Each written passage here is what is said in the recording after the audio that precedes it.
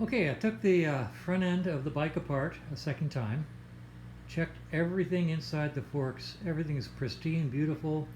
I see absolutely nothing wrong in the forks front end of this motorcycle. There's nothing there that can do a clunk noise when you hit a bump. So at this point, we've done the front end twice, and I'm going to declare the front end to be perfect, no problems. Wherever the clunk is, it's not in the front forks. Okay? Now here's a question for you. I'm going to walk around here, and I'm going to kneel down next to the bike right about here, and I'm going to say to you, is there any chance at all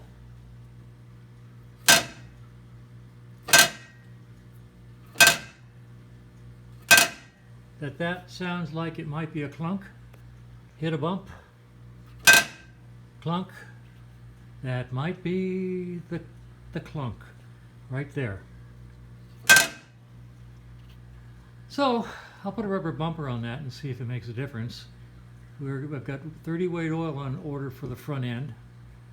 I expect I'll put it in because it's on order, and then you'll test ride the bike and we'll see if with a rubber bumper on the center stand, if the clunk goes away.